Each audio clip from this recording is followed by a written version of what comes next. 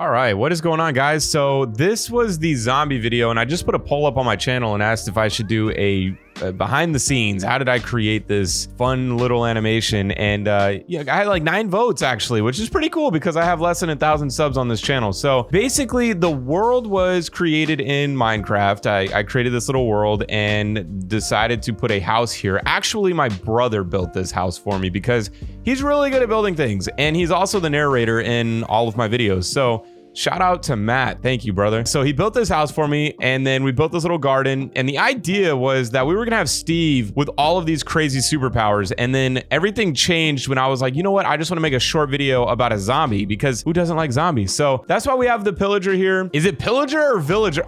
It's villager. I don't know. Okay, whatever. Listen, that's why we have the villager running from the zombie. We got the zombie here, and you guys can see, I'm going to show you all like you can see like you can move the zombie left and right and all that stuff. And then I'm going to show you all the keyframes. So basically on the right side here is all the keyframes and all the camera changes.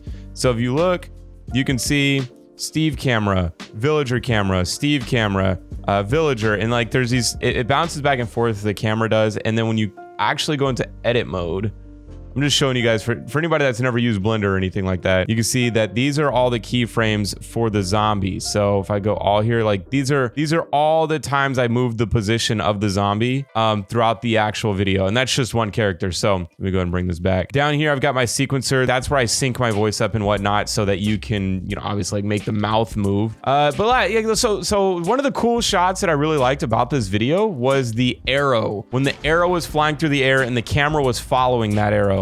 So we'll go into camera view here. So Steve takes the bow, shoots it, boom, and the camera's following. Now, this might seem really simple, and I think as I get better at animating, it will be simple, but you can actually see I've got the arrow is on a track, okay? And that track, so it follows this track exactly to where I want it to hit. So, which would be right in the zombie's eyeball. And then we've got a camera here that's also on a track that's gonna be following that arrow. So watch in real time here.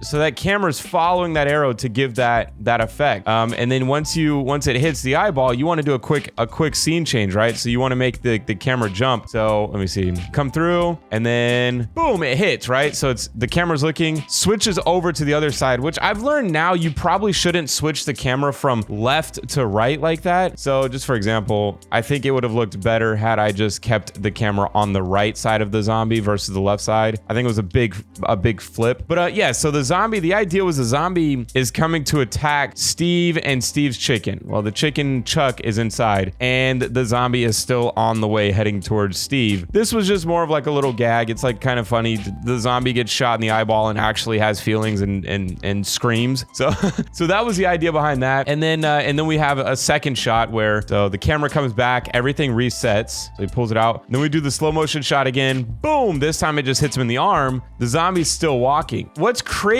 about all of this is when an arrow, like say this object here, I want it the way that it sticks into the zombie. So watch, right? So boom, it hits the zombie and stays there.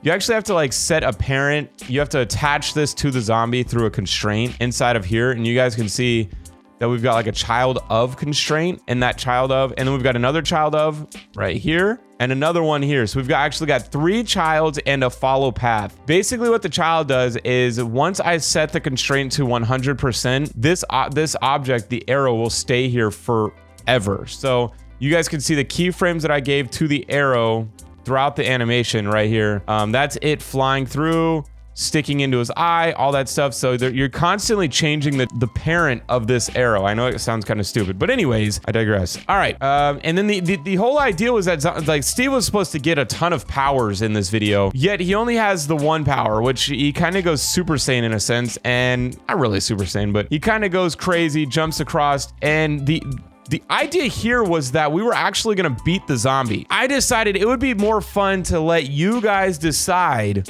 what happens with Steve versus a zombie. And the first person to comment was Blunt Brothers, saying that he should fly around the, you know what? I'm not gonna tell you what's gonna happen. If you guys wanna know that comment, you have to go check it out on the original video. But he's supposed to come back, okay? Steve flies away, and actually he stops there. You guys can see that he doesn't actually fly all the way away.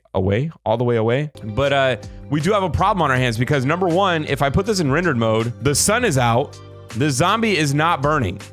Okay, so what's the problem here? Also, another problem that I have is look at all the shadows. This was me trying to do the best lighting that I could. Little did I know that if you turn certain lights off, so we've got a spotlight here, this is a spotlight. So we've got some suns around the world, okay? And what I should have done to fix that is to turn shadows off on one of them, okay? So obviously I've got a sun somewhere in here that I put in, and it's causing me to have 3 different shadows. And that's, oh yeah, here's one. Okay, so we have a sun right here. All right, so if I take this and I go to my properties over here, turn off shadows. Look at that. Now I only have 2 shadows. Obviously, I have another sun somewhere in here. Oh, is this it? Well, that one still shouldn't be casting a shadow. And then I think I have another one here. Boom. Turn that one off.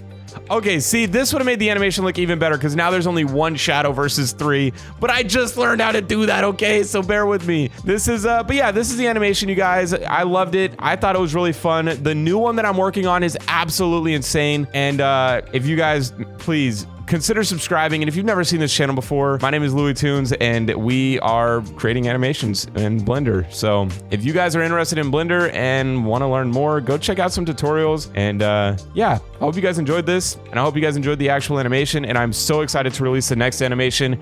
It is going to be insane. Thank you guys so much for watching, though. And I'll see you guys in the next animation.